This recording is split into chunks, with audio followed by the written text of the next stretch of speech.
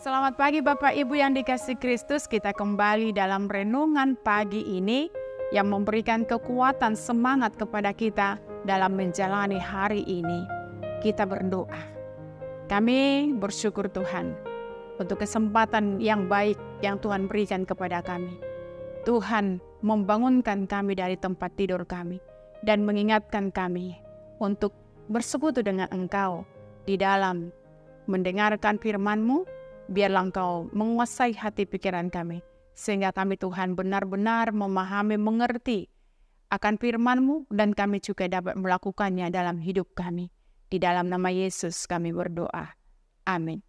Renungan firman Tuhan buat kita pada pagi hari ini, yaitu hari Jumat, tanggal 23 Februari 2024, yang tertulis dalam kitab Ibrani pasal 13, ayat yang ke-14, demikian firman Tuhan. Sebab di sini kita tidak mempunyai tempat tinggal yang tetap. Kita mencari kota yang akan datang. Demikian pembacaan firman Tuhan. Bapak, Ibu, dan Saudara yang dikasihi Kristus, perhatikan nasihat dan perintah firman Tuhan ini. Alkitab mengatakan tadi bahwa di sini, di dunia yang fana ini, kita hanya hidup sementara. Rasul Paulus berkata, kita tidak mempunyai tempat tinggal yang tetap.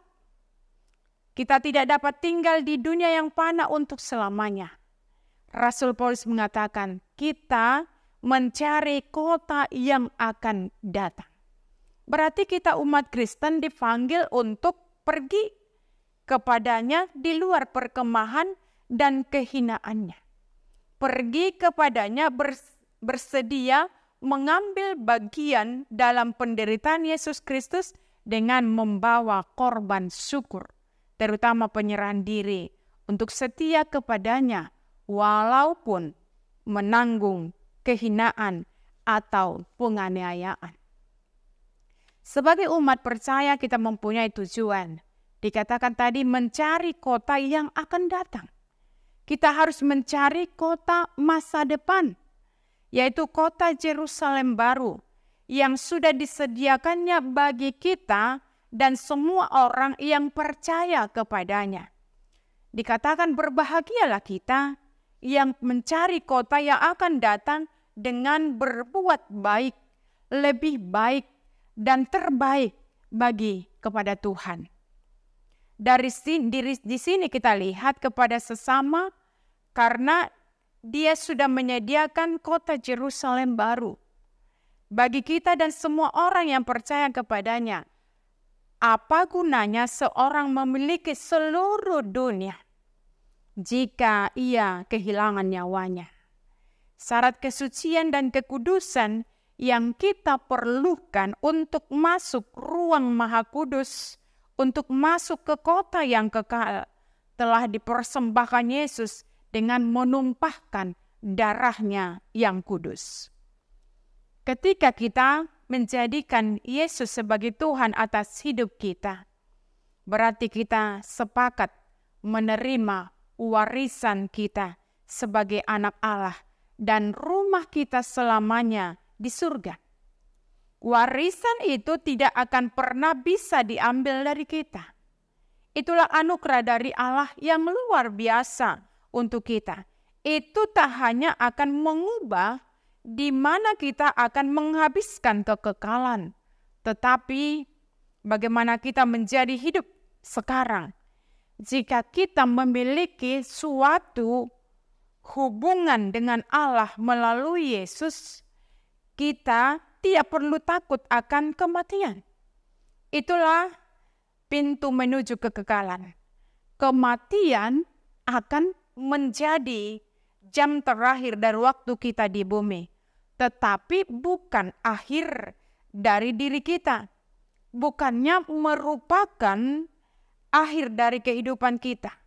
Kematian justru merupakan hari kelahiran kita di dalam kehidupan kekal. Alkitab berkata, sebab di sini kita tidak mempunyai tempat tinggal yang tetap. Kita mencari kota yang akan datang. Bapak Ibu yang dikasihi Kristus, dibandingkan dengan kekekalan, waktu kita di bumi hanyalah sekejap mata, tetapi akibatnya akan kekal. Perbuatan-perbuatan dalam kehidupan ini menentukan nasib dalam kehidupan berikutnya. Kita seharusnya sadar bahwa selama kita masih hidup di dunia ini, selama itu pula kami jauh dari surga tempat Yesus berada. Dikatakan di dalam 2 Korintus 5 ayat 6. Karena itu Bapak Ibu yang dikasihi Kristus, bertahun-tahun lalu sebuah slogan populer mendorong orang-orang untuk hidup setiap hari seperti hari pertama dari sisi hidup kita. Sesungguhnya akan lebih bijak untuk hidup setiap hari seolah-olah hari ini adalah hari terakhir kehidupan kita. Seharusnya setiap hari kita bersiap-siap untuk menghadapi akhir terakhir kita. Karena sangat jelas tadi dikatakan bahwa kita di dunia ini hanya sementara. Kita katakan menumpang. Ini bukan tempat kita, tetapi tempat kita yaitu surga Yerusalem yang baru. Karena itu Bapak Ibu, sepanjang kita ada di dunia ini, mari kita melakukan yaitu kehendak Tuhan. Mari kita melakukan yaitu perintah Tuhan. Karena di dunia ini tidak ada yang kekal. Yang kekal dan abadi adalah bersama Tuhan.